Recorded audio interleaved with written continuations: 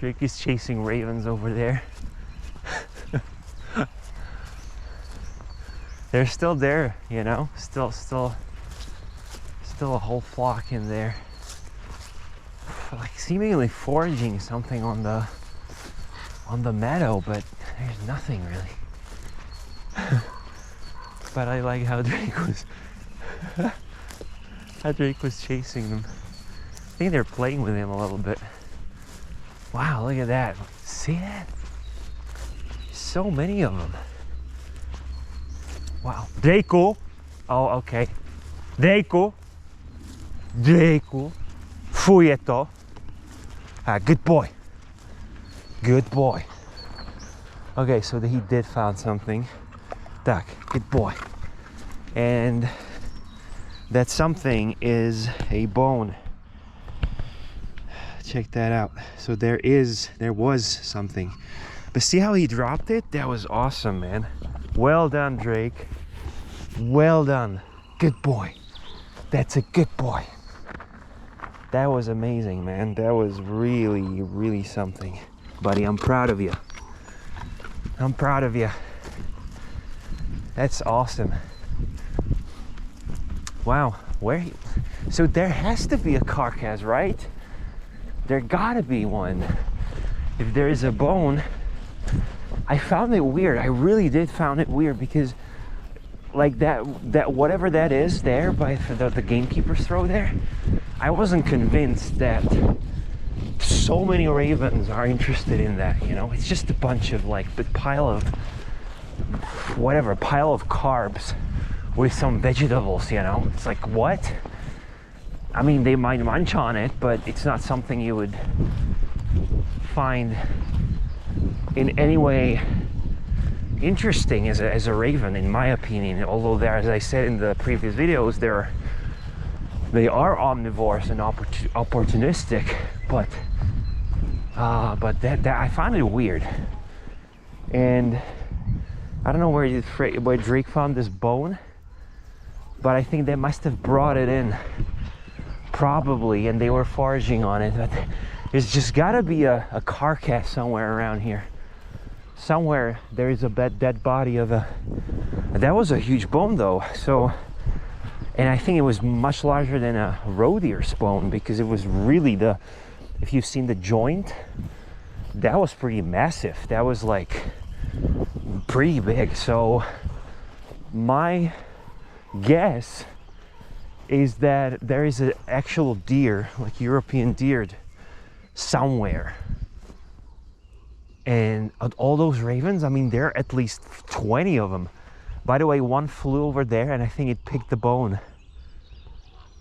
Hold on, let me see. Did it take the bone? I don't have my glasses, but I think, yeah, they definitely stopped by the bone. I'm not sure if they can, but I guess they can pick it. Yeah, they're pretty big birds, so I think they can take it and fly off with it somewhere. But there's like 20 or 30 ravens here, so there is definitely somewhere a dead deer. I am almost certain that there is. So anyway, yeah, that was interesting. But I loved how Drake dropped the bone. That was so cool. On when I said fuy, which is I say fujeto, which is like, it's like in Czech it means like that's disgusting, you know, like that's a no, you know, sort of. And he understood immediately and dropped it. So makes me really proud of him. I learned him this sort of, you could say, command. And given how stubborn he is sometimes and how strong prey drive he has, these are one of the things that he listens to really, really well. You know, like he's not running away with the thing, and he really drops it and really, really listens to me.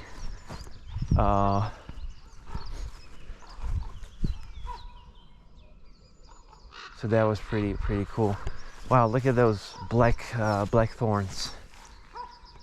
going into full bloom. They're not full bloom yet. I think it's gonna take a couple of days till they are like really fully white.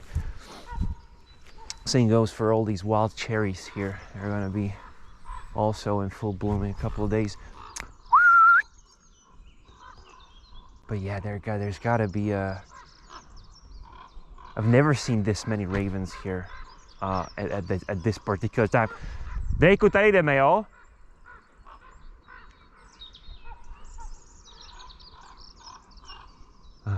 Yeah, look at that. I think they're either inspecting Drake or just having a little fun with them, because they're flying. Sometimes they're flying very low above them and then up again. I've seen them once or twice. They were like playing with him a little bit, you know, like teasing him. When he was chasing them, they were like going down and then up, sort of like a cat would chase a dog, tease a dog. They were doing kind of the same thing. It was pretty funny to watch.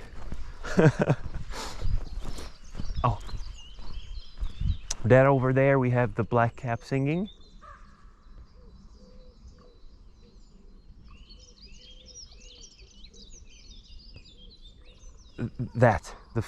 It has a very melodic and flute ending. Wow, that was a green woodpecker.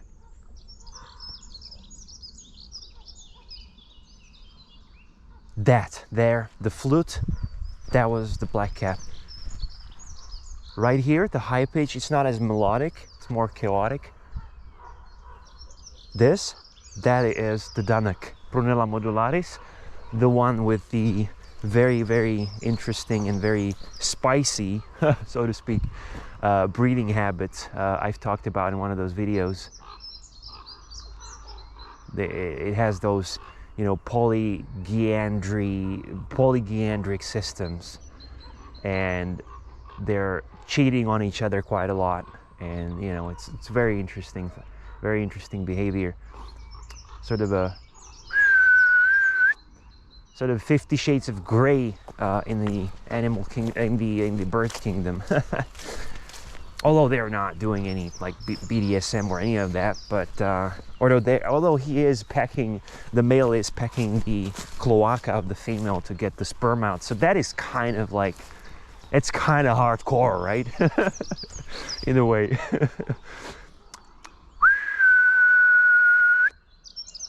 Drake is looking for some of the extra pieces of the carcass, I suppose. Got his hopes up, that bone. So yeah, that is Prunella modularis, dunnock. And it sounds a little bit like, as I said, like a wren. I never realized it until this year that it actually sounds very close to wren. But it's much shorter, and less louder, and I would say a little less melodic.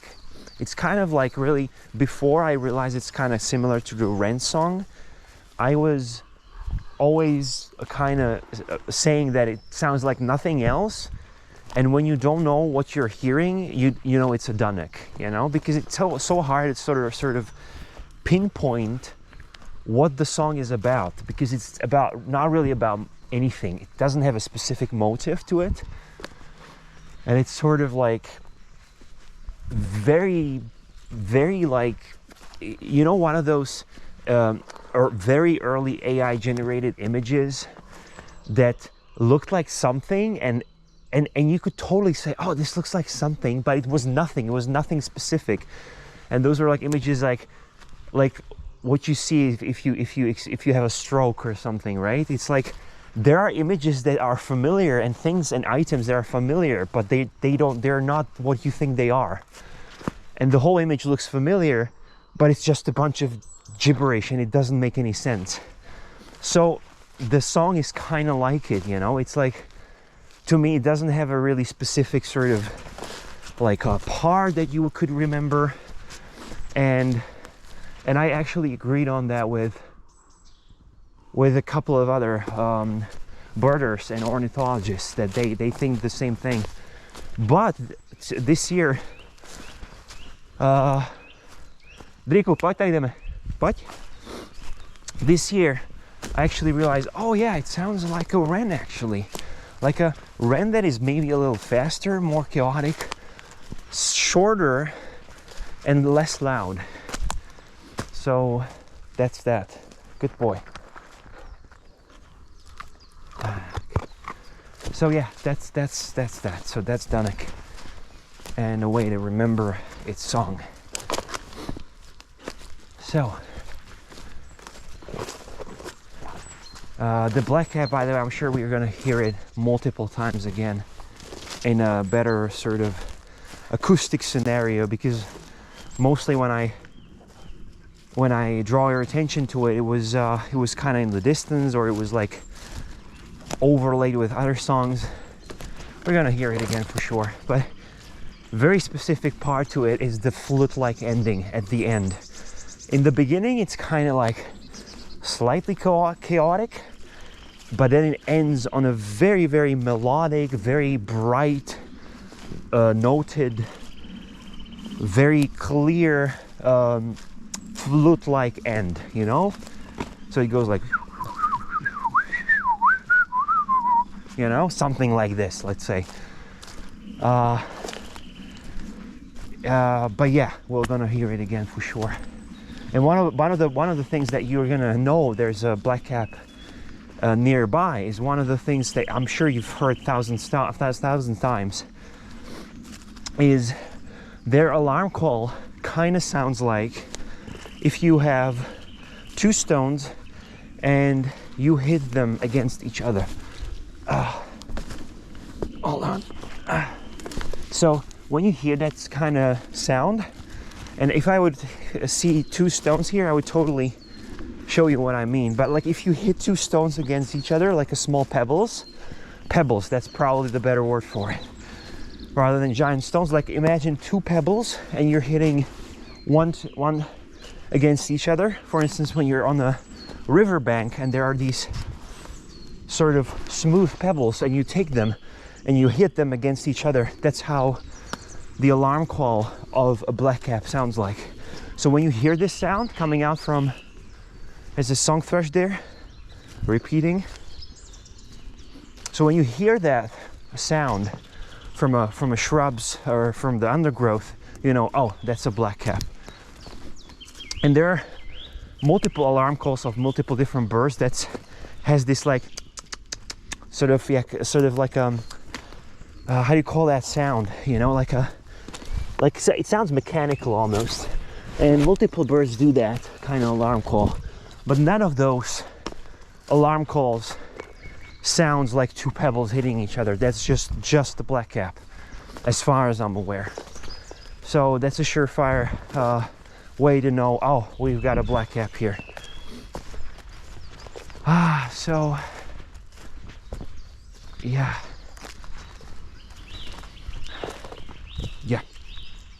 Heard that? That was like 3 repetitions. So that was the song thrush. That was the song thrush.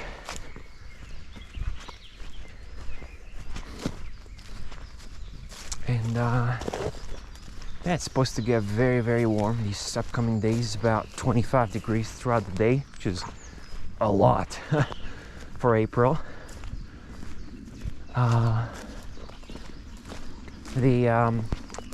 The tadpoles hatched in the pond, so there are hundreds of tadpoles. I started to put in the beneficial bacteria that reduces the algae growth in the water, and it increases the oxygen levels and balances the pH levels and all that. So I started putting that on Wednesday. Or hold on, was it yesterday? No, it was yesterday actually, I think.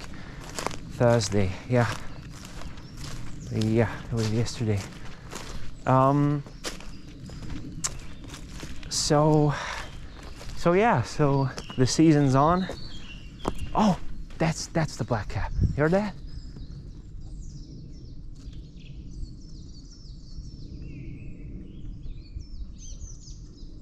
Hope it's gonna. You're probably spooked by me when I stopped so suddenly.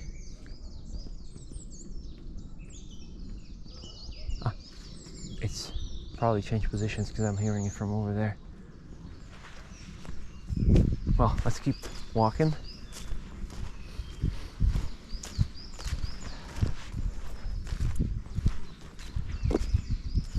And the smell of the bloom, the flowers, such a sweet smell, beautiful, from the cherry trees. And my nose is congested. I don't have napkins because we're out of napkins. Can you believe that?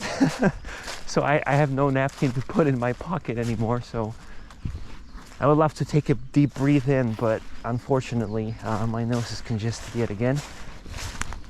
Not like super congested, but let me smell these flowers. Beautiful, beautiful. Well, Miss Bossy's, yesterday was an update about her. Miss Bossy's improved a lot. Yesterday when I got back from the walk, I put her, as you saw, actually I put that ending on the end of the video, you could see her. I put her on the garden and she spent a couple of hours there, and she felt like she seemed even more sort of energetic. I even saw attempts on like attempts of like her digging with her feet, you know, like she was doing that classic sort of chicken move, which was again another improvement. And she was drinking from the pond, and wow, look at that, beautiful, beautiful. Yeah, so she was drinking from the pond, and I didn't see her eat much though, but the drinking part is great. I mean, that is definitely wow, look at that. Awesome. That's a brilliant improvement for sure. And I gave her the antibiotics again, and you know, I did the infrared lamp exposure as well, and I'm doing all sorts of things. I'm really trying my best to, you know, put her back on her feet and save her. And she's fighting on. She's fighting on. The only thing that concerns me and worries me is that her crop is kind of constantly full, and I think that's probably because there's a person there walking. Interesting. Another unusual sighting of an actual living person on our morning walks. Yeah, I think I know that lady. She sometimes walks either very early in the morning or very late in the evening, actually, when it's almost, not almost, but when it's like dark, you know. Like she walks alone. She's got a headlamp on, and she just walks her by herself from somewhere to somewhere. So yeah, we met a couple times. I think that's her. And sometimes she speaks to someone on a speaker on a phone. So yeah, it's one of those people that rarely I get to meet around here.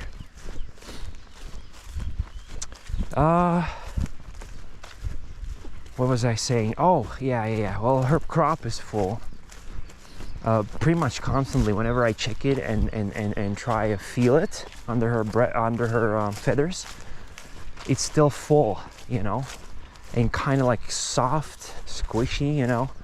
So I don't know what that means really. I mean, the vet said that the problem is that the whatever she eats or drinks, it's not properly passing into her digestive system, and that it's in the crop, and it stays in the crop. And I don't know, I'm worried that that is still a thing, because the crop is constantly full, and I don't think that should be the case.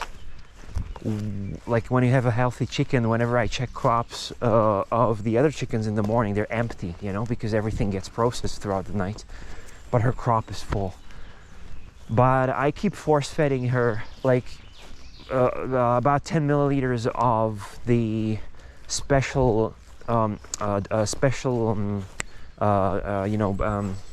parrot chick diet that I mix in the evening before she goes to sleep. I always mix that and try force fed her 10 milliliters and push something in.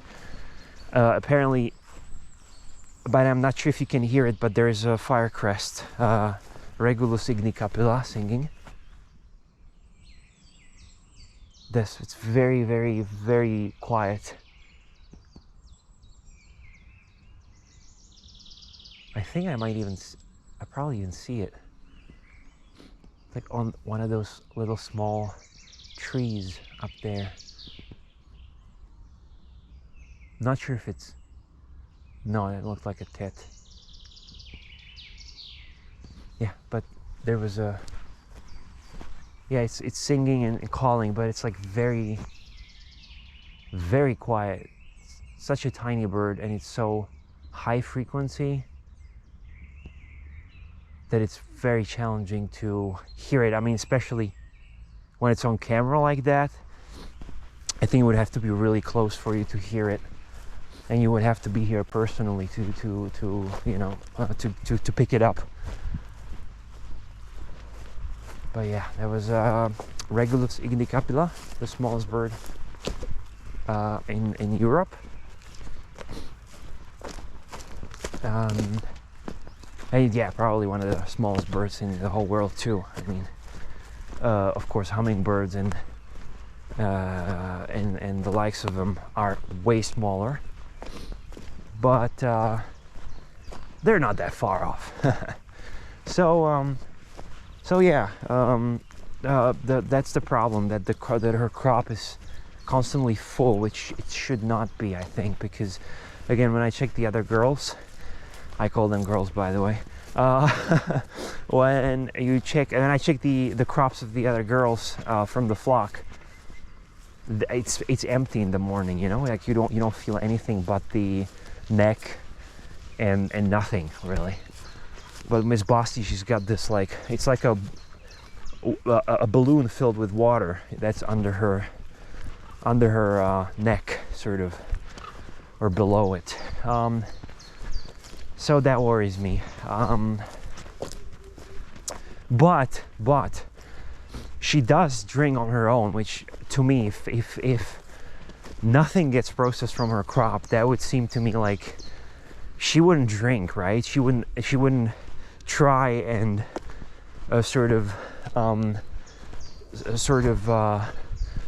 like consume or try to get into her system more, right? More volume. That would be counterintuitive, right? If you have a crop full and it doesn't get processed, why would you keep drinking or try to eat? So I think something must be going through, and I believe the antibiotics are working. And you know, before Drake, I think Drake's running for the bone, if it's still there, that is. Deiko, fujeto. But maybe they already, you know, they already took it. Deiko, fujeto, fujeto. They already took it and left off. Or it's still there, who knows? You can check. But yeah, you know, before she wasn't drinking and eating, which was this Deiko. Now he's eating it, I think. I gotta go chase him away from it and probably just, you know, kick it away.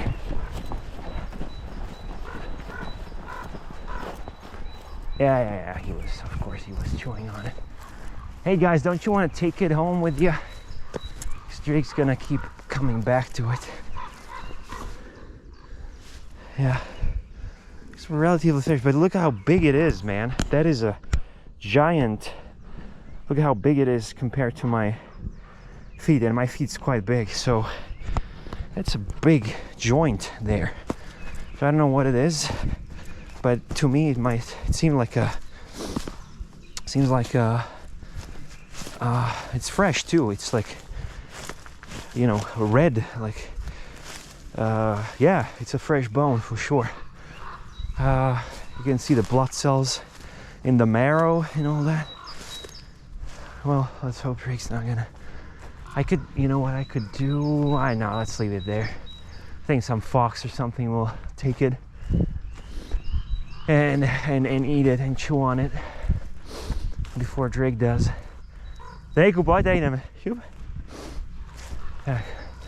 So, yeah, before she wasn't drinking and eating at all, which, you know, kind of makes sense given her condition and given that nothing was passing through the from the crop to the stomach. But after she was taking the antibiotics, all of a sudden the next day she's not only started eating, but she also started drinking on her own completely, which to me is a sign something's happening, right?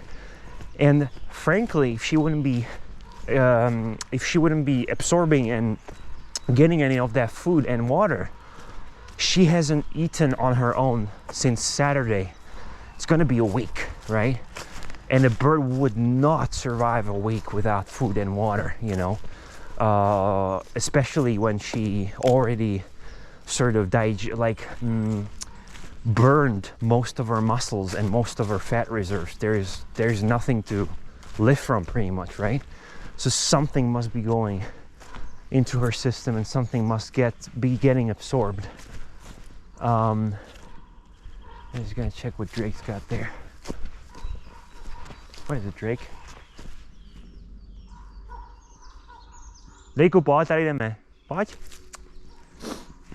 So something must be getting through, you know, because she's definitely not getting worse, and she's improving slightly, incrementally. So, and it's been almost a week. Tomorrow is going to be a week since she last ate on her own. Normally, you know, I gave her some earthworms and she ate like, I don't know, 6 of them, for instance, you know. So that was the last time I remember her eating. And then Sunday came and she did not. She stopped drinking, she stopped eating. So that tells me there has to be something going through the crop to her system. And she also, you saw yesterday on the video, which was funny, that she pooped. So you could hear the sound of it actually, quite graphically. But she started pooping as well, like quite normally, like more normally than before. So something has to be metabolized and pooped out clearly in her system. So that tells me something is after all getting through, but a lot of it is still holding up in the crop. So I don't really know what that means, but I hope it's gonna get better and better, and that the crop is gonna empty it out eventually. But I'm gonna keep putting and giving her the special feed. It always feels so like it's very uncomfortable, I mean, for her and for me too, because I have to force feed her and she's really struggling with me. And I'm only putting 10 millimeters every day, which is a little, it's not much, you know. It's like a 1/3 or 1/4 of the syringe, and the vet said she can take as much as 3 syringes per day if she would start eating, you know. So it's a little, but it always is a big struggle, because she fights against me and she's trying to avoid the syringe and I'm trying to put it in her beak, and it's just, yeah, it's an everyday struggle in the evening. But I'm thinking like she has to eat something if you know, like she's got to eat something. I mean, God, she hasn't eaten anything on her own properly since last week. So yeah, I'm always like, you know, we got to put in at least those little bit of nutritions and you know, to keep her sort of up on her feet. Well, anyway, that's a little bit of an update on Miss Bossy. I'm gonna put her out in the garden today again, and hopefully there'll be more and more improvements in the upcoming days. I'm gonna keep you updated, and yeah, that's about that. We're at the end of the walk by the road, and that's that. So I'm gonna sign off now.